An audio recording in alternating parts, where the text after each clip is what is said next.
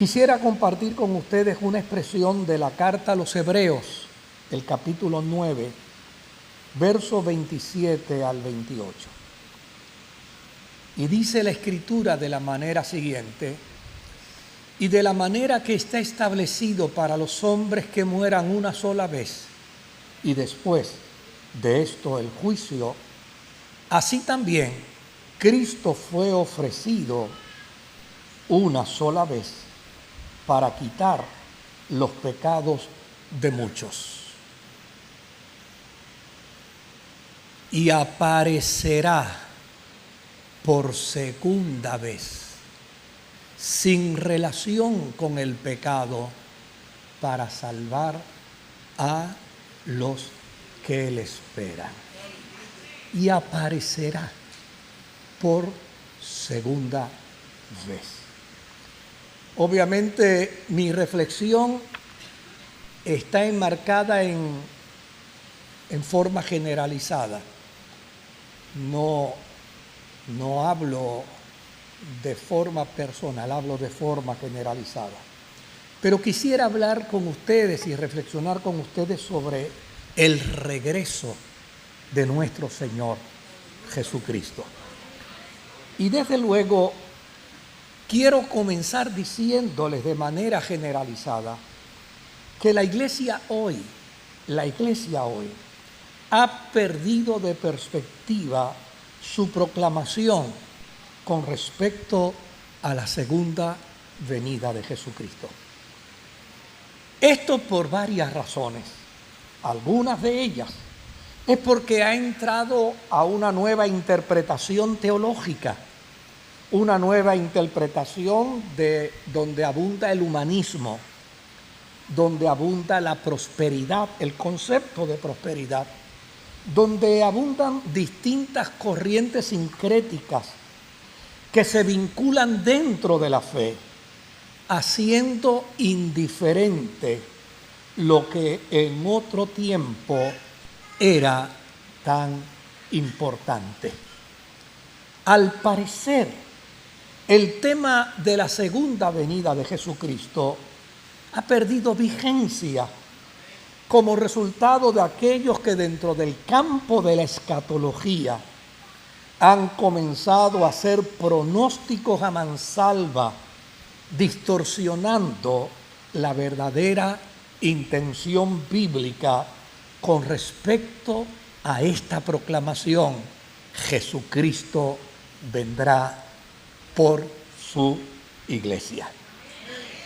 Y desde luego hay unos que andan buscando anticristos. Usted los escucha desde los púlpitos y siempre están buscando un anticristo. Se puede llamar Henry Kissinger, se puede llamar Ronald Reagan, se puede llamar el Papa, pero usted los ve que constantemente andan buscando anticristos. Y Jesús enseñó con claridad y dijo que nosotros no teníamos que andar buscando anticristos. Es todo lo contrario. La iglesia debe centrarse en la persona de Jesús. Pero hay gente cuya tarea, cuya función es andar buscando anticristos. Hay otros que persiguen señales como obstinados buscadores de oro. Y ustedes los ven constantemente buscando señales a través de la prensa, a través de los periódicos. Y ustedes los ven buscando señales a través de las experiencias diversas cotidianas de la vida. Por el otro lado, están los que entienden que la verdadera solución a los problemas humanos es un cataclismo de grandes proporciones que haga desaparecer a la humanidad. Y hay gente cuya complacencia es mirar el pecado de la humanidad y desear que Cristo acabe con toda la humanidad, cuando la Biblia enseña lo contrario, cuando la palabra de Dios dice que la voluntad de Él es que nadie se pierda, sino.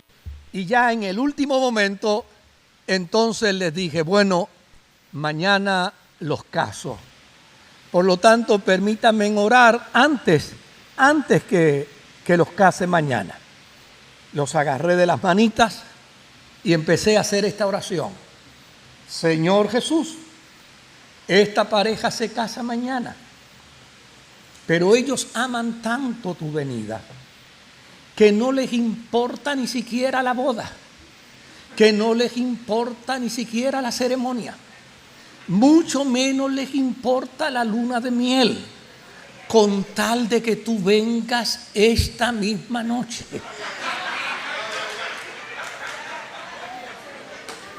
Así es que, Señor, conforme al corazón de ellos, te ruego que vengas ahora mismo, aunque no podamos hacer la boda.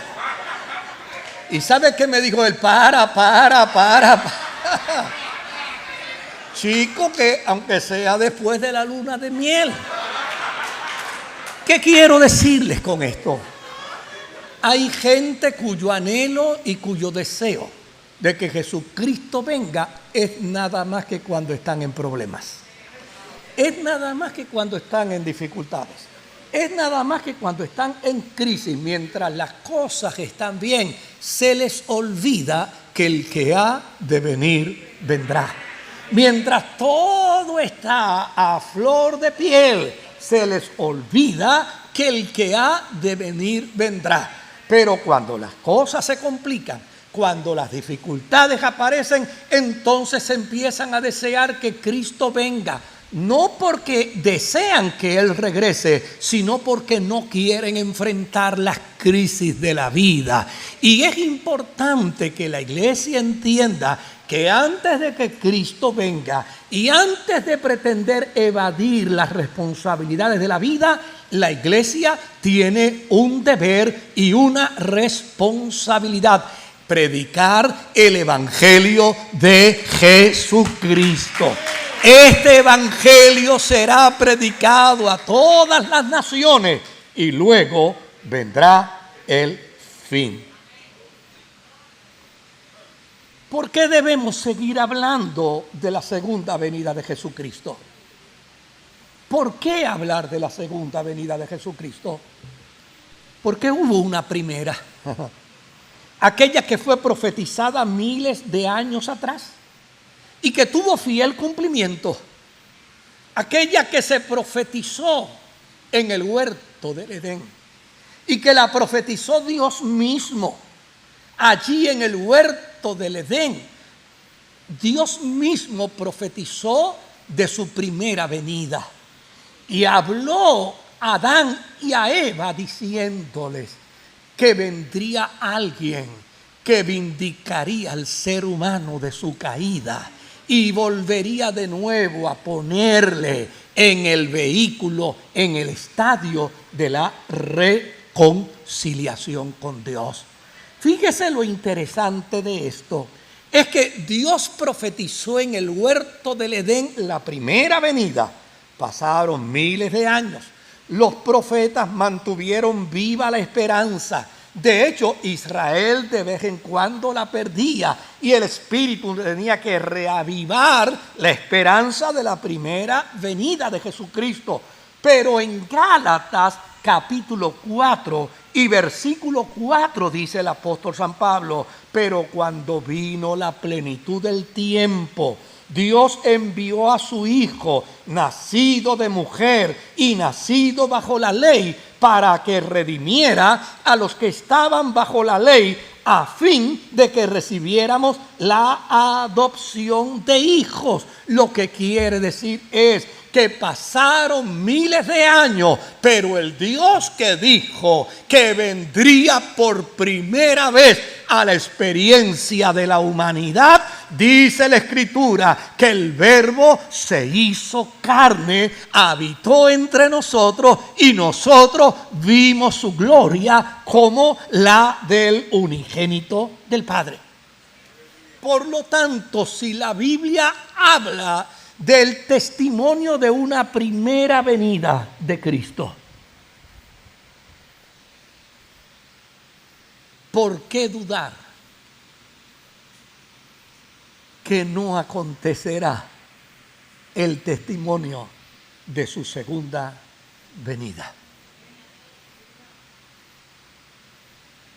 De los 260 capítulos que hay en el Nuevo Testamento, por lo menos en el canon que nosotros tenemos, de los 260 capítulos del Nuevo Testamento, 318 veces se habla de la segunda venida de Cristo.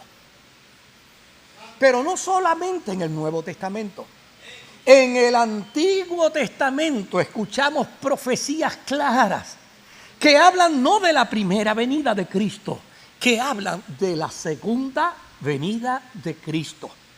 En Isaías, en el capítulo 9, en el verso 6 al verso 7, 800 años antes de la primera venida de Cristo, el profeta profetizó y dijo: porque un niño nos es nacido, un hijo nos es dado, y el dominio estará sobre su hombro. Se llamará su nombre Admirable, Consejero, Dios fuerte, Padre eterno, Príncipe de paz. Lo dilatado de su imperio y la paz no tendrá fin sobre el trono de David y sobre su reino, para afirmarlo, fortalecerlo con derecho y con justicia. Desde ahora y para siempre, el celo del Señor hará esto. Note bien que 800 años antes el profeta Isaías dijo: no solamente vendrá por primera vez, sino que volverá para imponer su reino por segunda vez. Ahora, mire lo que nos dice Zacarías. Zacarías en el capítulo 14 y en el verso 9 dice: entonces el Señor será el único rey sobre toda la tierra. En aquel día el Señor será único y único será su nombre.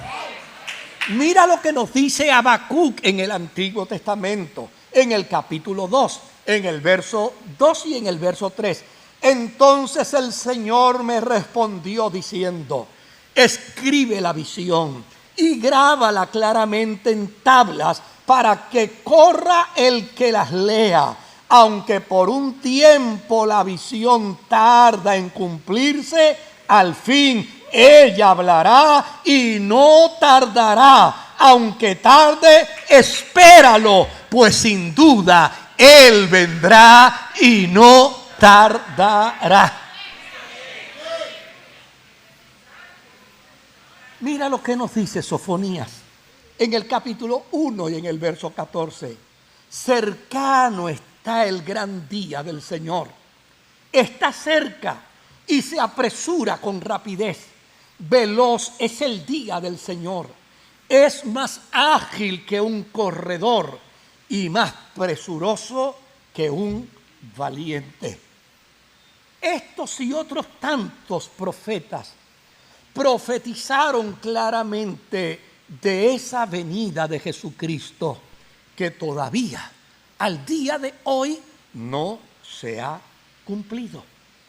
Claro que la evidencia bíblica con respecto a la segunda venida no solo es maravillosa, sino es también veraz.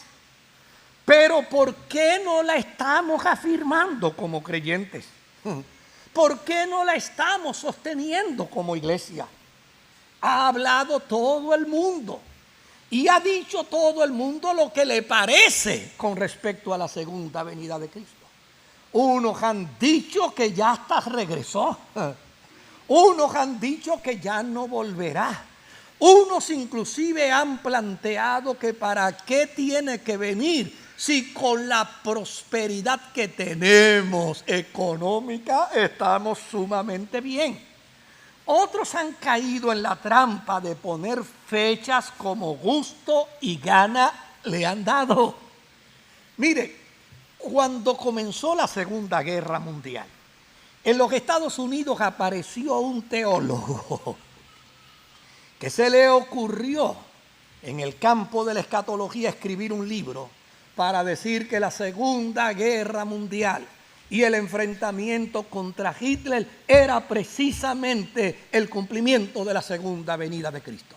Y que Hitler era un anticristo. ¿Sabe cuál fue la broma que el cielo le jugó a este escatólogo? Mandó a hacer 1 millón de libros, porque dijo, con este libro yo vendo y vendo y vendo y vendo.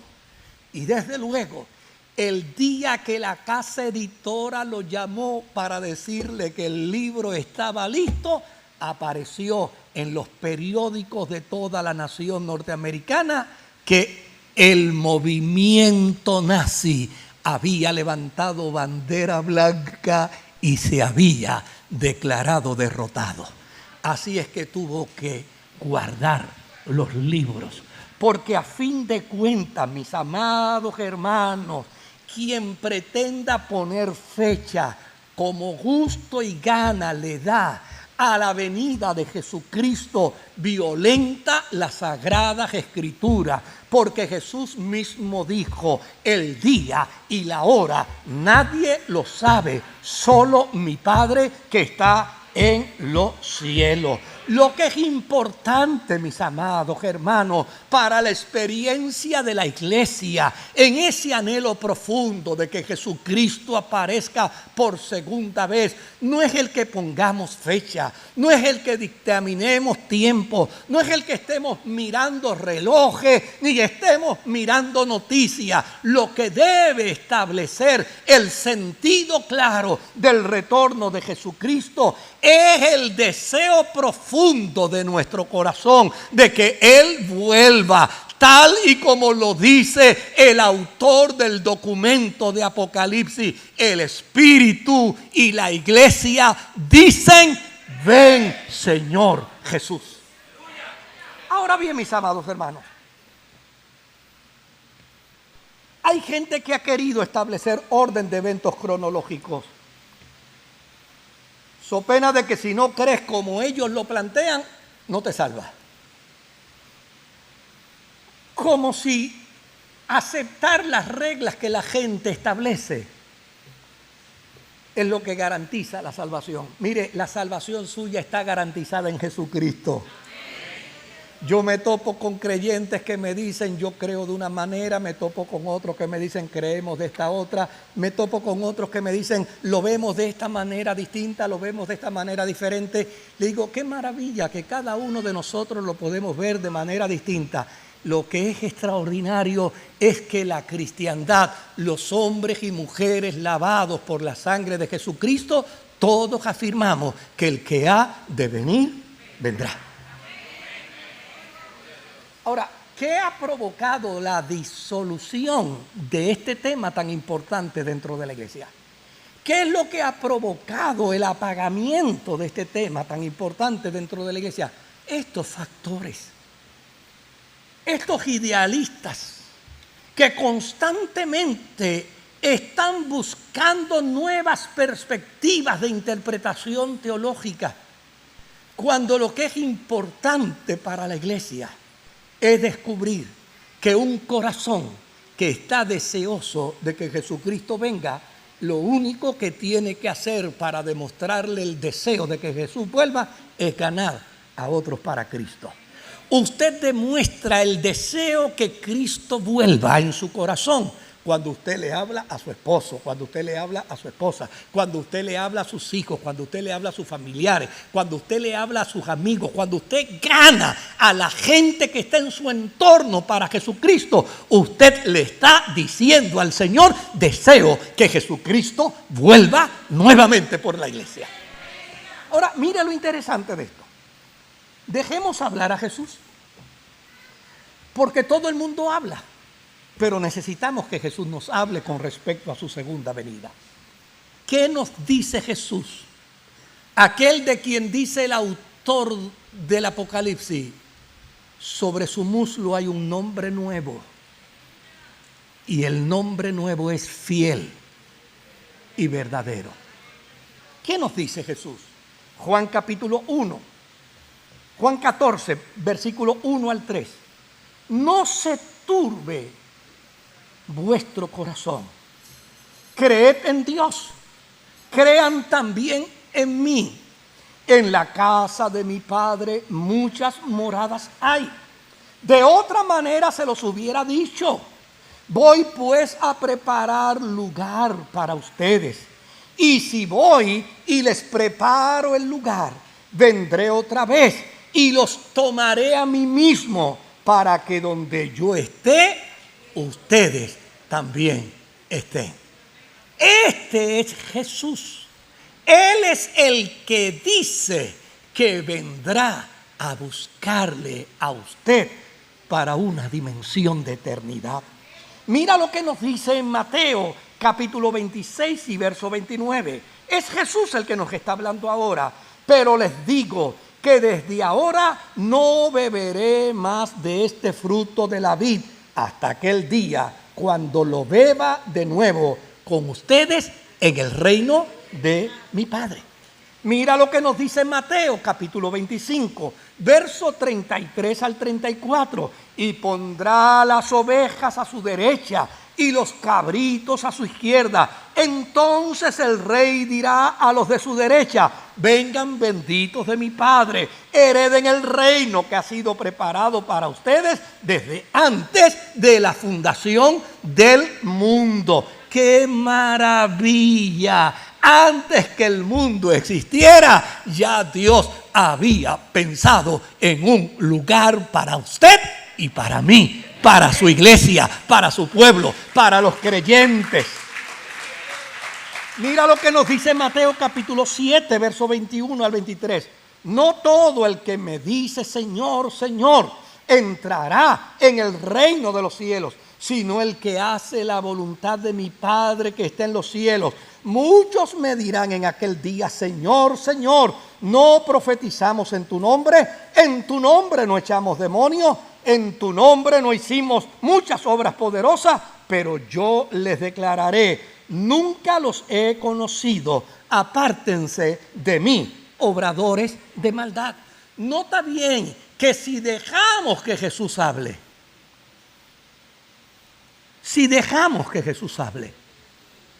no necesitamos la opinión de escatólogos. Si dejamos que Jesús hable, es suficiente para creer que el que ha de venir, vendrá. Pero escuchemos algo de nuestros apóstoles. Sabe que la iglesia primitiva constituyó a los apóstoles como los hombres que fueron inspirados por Dios para enseñar la verdad de la fe cristiana. Mira lo que dice el autor de la carta a los Hebreos en el capítulo 10 y verso 37. Porque aún un poco más, el que ha de venir vendrá y no tardará. Mira lo que dice el autor de la carta a Tito en el capítulo 1 y versículo 2. Basada en la esperanza de la vida eterna, el Dios que no miente prometió desde antes del comienzo del tiempo que vendría. Mira lo que nos dice el apóstol San Pablo en el capítulo 11 de Primera de Corintios y verso 26. Y me encanta esto de Pablo. ¿Sabe por qué me encanta esto de Pablo? Porque Pablo exigió ser llamado apóstol. Y la comunidad de Jerusalén, que era muy recia, era muy fuerte, la comunidad de Jerusalén había entendido literalmente que Jesús había nombrado a 12 apóstoles. Por lo tanto, si había nombrado a 12 apóstoles, no podía nombrarse a 13. De hecho, cuando Judas traiciona a Jesús y muere, mira lo que dice la Escritura. La iglesia se reunió y dijo: no pueden ser 11, tienen que ser ¿cuánto? 12. Por lo tanto, si tienen que ser 12, hay que buscar al número 12. Pablo llegó después que nombraron al número 12. Por lo tanto, cuando Pablo vino y dijo: mira, yo quiero que me reconozcan como apóstol, ellos dijeron, bueno, hay un problema. El problema es que Jesús nominó solo a 12 y ahora tenemos 12. Si hubieras venido antes, tal vez te hubiéramos escogido a ti. Pero son 12 y tenemos 12. La revelación del Espíritu Santo motivó a la iglesia. ¿Y sabe qué la iglesia determinó? Dijo, óyeme, Jesús estableció 12 para la iglesia de Jerusalén. Pero ahora hay una nueva tarea del Espíritu. La nueva tarea del Espíritu es que ahora hay una iglesia en la gentilidad. Y si hay una iglesia en la gentilidad, entonces nosotros necesitamos nombrar apóstoles para la gentilidad. Y sabe, Pablo se convirtió en el apóstol número 13. Ahora, mira lo interesante. Un apóstol que no se nombró a sí mismo. Un apóstol que no mandó una carta con una ofrenda a otro querubín o a otro apóstol para que lo nombrara apóstol. No. Un apóstol que no dijo, ahora gobiernenme a mí, yo gobierno a los que están debajo de mí. No. Pablo se proclama apóstol porque pudo demostrarle a la iglesia de Jerusalén que él cumplía con los requisitos para el apostolado. Para ser apóstol en Jerusalén tenía que haber sido llamado por Jesús. Y Pablo dijo, señores, en el camino de Damasco, el que me llamó a mí fue Jesús. Segundo requisito, el que estaba llamado por Jesús al apostolado, ahora tenía que haber sido instruido por Jesús. Y ellos le dijeron, tú no recibiste la instrucción de Jesús. Muy bien, Él te llamó, pero a ti Jesús no te instruyó. ¿Y sabe lo que les dijo Pablo? Le dijo, se equivocan. Estuve 3 años y medio en Arabia. ¿Cuántos años estuvieron ustedes con Jesús? 3 años y medio. Pues, ¿dónde hay cristianos en Arabia? ¿Dónde hay apóstoles en Arabia? ¿Dónde hay instructores en Arabia de la fe cristiana? No, allí no existen. Pablo dice, pues yo estuve 3 años y medio con Jesús en Arabia. Él todos los días me daba la enseñanza y la instrucción. ¿Sabe lo que dice Pedro en sus escritos? Pedro da a entender que la iglesia primitiva le dijo, pruébanos, que tú fuiste instruido por Jesús. ¿Y sabe lo que concluye Pedro en su carta? Dice, nuestro querido hermano Pablo habla de cosas tan profundas que ni siquiera nosotros los apóstoles las podemos entender. Ahora, mira lo que dice él en Primera de Corintios capítulo 11 y verso 26. Porque yo recibí del Señor todo lo que les estoy comunicando. ¿Verdad que eso es lo que dice en su introducción? Y en el verso 26 dice, todas las veces que coman este pan y beban esta copa, la muerte del Señor anunciáis. ¿Hasta cuándo? Hasta que Él venga. Hasta que Él venga. En segunda de Pedro, en el capítulo 3, en el verso 1 hasta el verso 12, Pedro hace un resumen de su testimonio con respecto a la venida del Señor. Y mira lo que dice, entiendan bien lo que les diré y recuerden lo dicho por los santos profetas, que aunque habían quienes se burlaban de ellos con respecto a la venida del Señor, nunca pasen por alto. El Señor no tardará su promesa, como algunos la tienen por tardanza. En Primera de Juan, en el capítulo 2 y en el verso 28, mira lo que dice la Escritura. Ahora, hijitos, permanezcan en Él, para que cuando aparezca tengamos confianza y no nos avergoncemos de Él en su segunda venida. el autor del Apocalipsis, en el capítulo 1 y en el verso 4, dice de la manera siguiente: Juan, a las 7 iglesias que están en el Asia Menor, gracia y paz a ustedes de parte del que es, del que era y del que ha de venir. En el versículo 7 del Apocalipsis, del capítulo 1, dice: he aquí que viene con las nubes, y todo ojo le verá, aun los que le traspasaron. Todas las tribus de la tierra harán lamentación por él. Sí, amén. En el capítulo 2 y en el verso 25 dice: solamente aférrense a lo que tienen hasta que yo venga, dice el Señor. En el capítulo 22 y en el verso 12 dice: he aquí, vengo pronto, y mi galardón conmigo para recompensar a cada uno según sea su obra. Mira lo que dice Juan en el capítulo 22 y en el verso 17. El Espíritu y la iglesia dicen: ven. El que oye, diga: ven. El que tiene sed, venga. El que quiera, tome del agua gratuitamente.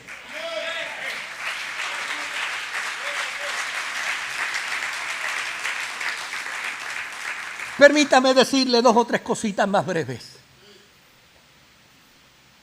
Yo tengo un grupo de sacerdotes amigos. No me llamen ecuménico, porque yo soy económico, no ecuménico. Pero yo tengo amigos sacerdotes católicos.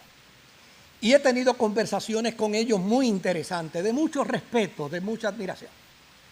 Ustedes saben que la Iglesia Católica llama al ladrón de la cruz el buen ladrón, ¿verdad? Nosotros también le llamamos el buen ladrón.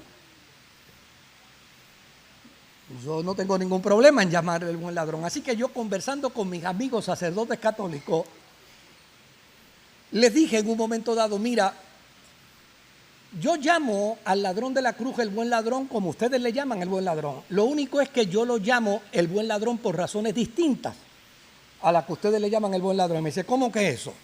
Le digo: pues mira, ustedes le llaman al buen ladrón el buen ladrón porque ustedes sostienen las obras como un elemento de salvación. Nosotros no sostenemos las obras como un elemento de salvación. Por lo tanto, yo llamo al buen ladrón, no por la forma como ustedes lo llaman. Y entonces él me dice: ¿y entonces cuál es la razón por la que tú lo llamas el buen ladrón, Moisés?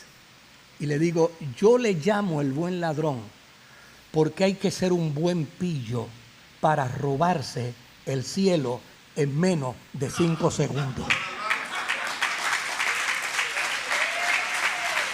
Se lo robó. Ahora, mira lo interesante del buen ladrón. El buen ladrón está pendido de una cruz con un dolor horripilante, con un dolor excruciante. Los discípulos de Jesús están allí. Ninguno de ellos estaba pensando como el ladrón de la cruz. Allí estaba María, la madre de Jesús. Ella estaba viendo a su nene. Ella no estaba viendo a Jesús como el buen ladrón. Allí estaban las Marías y las mujeres que seguían a Jesús. Todas ellas estaban llorando por diversas razones, por diversos motivos, pero ninguna estaba viendo a Jesús en la cruz como lo estaba viendo el buen ladrón.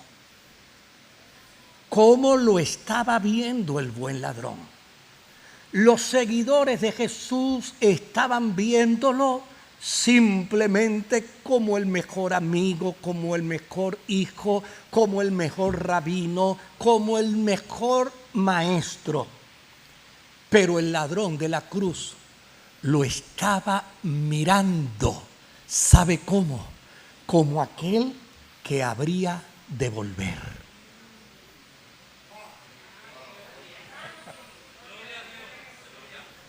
¿Cómo es que tú miras a Jesús? Créeme, yo prefiero mirarlo como el buen ladrón, como aquel que ha de volver. Y usted dirá, ¿y por qué tú llegas a esa conclusión, Moisés? Porque fíjese lo que él le dice a Jesús: acuérdate de mí cuando vengas en tu reino. Qué cosa increíble, que el ladrón de la cruz sabía que volvía, y hay creyentes que viven como si él nunca volverá.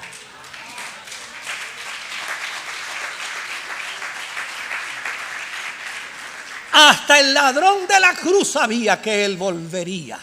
Y fíjate la respuesta de Jesús. Jesús le dice: de cierto te digo, que desde hoy estarás conmigo en el paraíso. ¿Sabe algo? La tradición judía y la tradición griega y la tradición mundial de los reinos antiguos, como lo es la tradición de los Estados Unidos, cuando usted lee una noticia donde el presidente de la nación americana recibe a una persona en el jardín, ¿sabe lo que eso quiere decir? Que es un invitado de honor y distinguido. Cuando Jesús escucha al ladrón de la cruz, que está mirándole con una perspectiva distinta, con un ojo distinto, de una manera distinta, le está viendo como Rey de Reyes, como Señor de Señores, le está viendo como aquel que habrá de volver, como aquel que hará segunda venida. Jesús se maravilla y le dice: con esa declaración tuya, ladroncito, tú mereces que yo te introduzca en el paraíso y mi Padre sepa que tú eres un invitado de honor.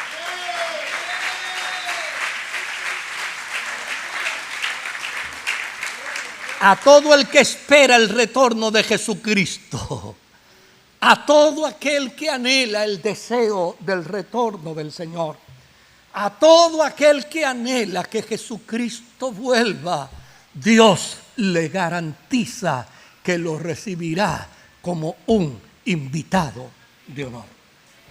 Ahora, hay algo que quiero señalar. Si usted observa bien, yo no he puesto fecha,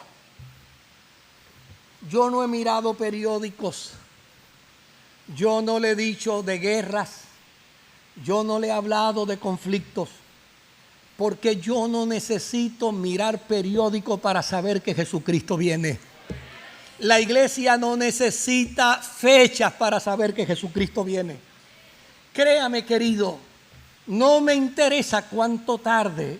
Una cosa yo sé, que si Él tardara en venir, yo estoy consciente, a mi edad ya no voy a duplicar la fecha. Ya yo no la voy a, por más vegetariano que sea, Pedro, no la voy a duplicar. Probablemente ni siquiera llegue a la mitad de la fecha que ya tengo, de la edad cronológica que ya tengo. ¿Sabe lo que esto quiere decir? Que si el Señor tardara todavía 100 años más en venir, yo seguiré creyendo que Jesucristo viene. ¿Sabe por qué? Porque si Él no viene en su segunda venida por mí, yo entonces iré en la transformación de vida para encontrarme con Él en su presencia. Por lo tanto, yo no hablo de fechas con respecto al retorno de Jesucristo. Ni ando buscando anticristos, ni ando buscando papas, ni ando buscando gobernantes. Yo simplemente creo en el inminente retorno de Jesucristo. Simplemente creo lo que la Biblia dice, que en un abrir y cerrar de ojos, a la final trompeta, en algún momento, quién sabe, en el próximo minuto, el cielo se abra y aparezca el deseado de todas las naciones. Creo en el inminente retorno de Cristo y percibo un eterno destino con Dios. Al punto como Pablo también lo postulaba: si vivo, para Dios vivo; si muero, para Dios muero. Sea que viva o sea que muera, somos del Señor. Creo en un retorno inminente. Vive con el Señor aquí. Cree, iglesia, en un retorno inminente de Cristo. Habla de un retorno inminente de Cristo. No te tiembla el pulso para decirle a la gente: Cristo viene. No le tiemble a la voz de la iglesia el pulso para decir: el que ha de venir vendrá. Proclamemos el inminente retorno de Cristo. Vivamos con el Señor aquí y ahora, pero no neguemos que un día trascenderemos como iglesia para estar con Jesucristo en las nubes. Porque creer en el retorno de Jesucristo es una dimensión completa de esperanza. Mi papá partió a la eternidad, mi mamá partió a la eternidad, mis hermanos han partido a la eternidad. Seres queridos, amigos queridos han partido a la eternidad. Hay una bendita esperanza, el retorno de Jesucristo. Pablo le dice a los creyentes: cuando esa experiencia se dé, los muertos en Cristo resucitarán primero, y luego nosotros, los que vivimos, los que hayamos quedado, seremos igualmente transformados para encontrarnos con Jesucristo en las nubes.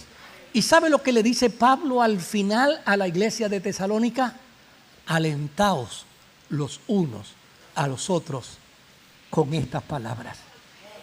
Creer en el retorno de Jesucristo, proclamar el retorno de Jesucristo, es la flama de esperanza que la iglesia tiene para la eternidad.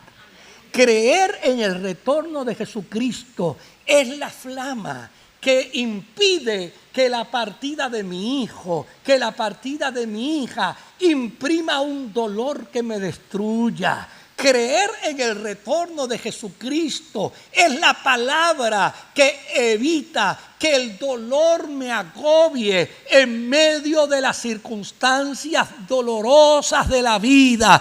Creer en el retorno de Jesucristo me hace entender que debo guardarme para Él, porque un día Él aparecerá por su iglesia. Creer en el retorno de Jesucristo es una garantía de la búsqueda de la santidad, es una garantía de la búsqueda de la integridad, es una garantía de mantenernos sostenidos en la bendita esperanza. Pablo le decía a la iglesia primitiva: consolaos los unos a los otros con estas palabras. Cuando la iglesia primitiva pasaba persecución, cuando a los cristianos de la iglesia primitiva los mataban, cuando a los cristianos de la iglesia primitiva los metían en la cárcel, cuando a los cristianos de la iglesia primitiva los torturaban, ¿sabe qué les consolaba? Les consolaba una expresión a la distancia. Con todo el dolor que experimentaban, ellos se gritaban unos a otros: Maranata. Es decir, Cristo viene, Cristo viene. La esperanza bendita de gloria de la iglesia es que el que ha de venir vendrá. Que Dios me los bendiga.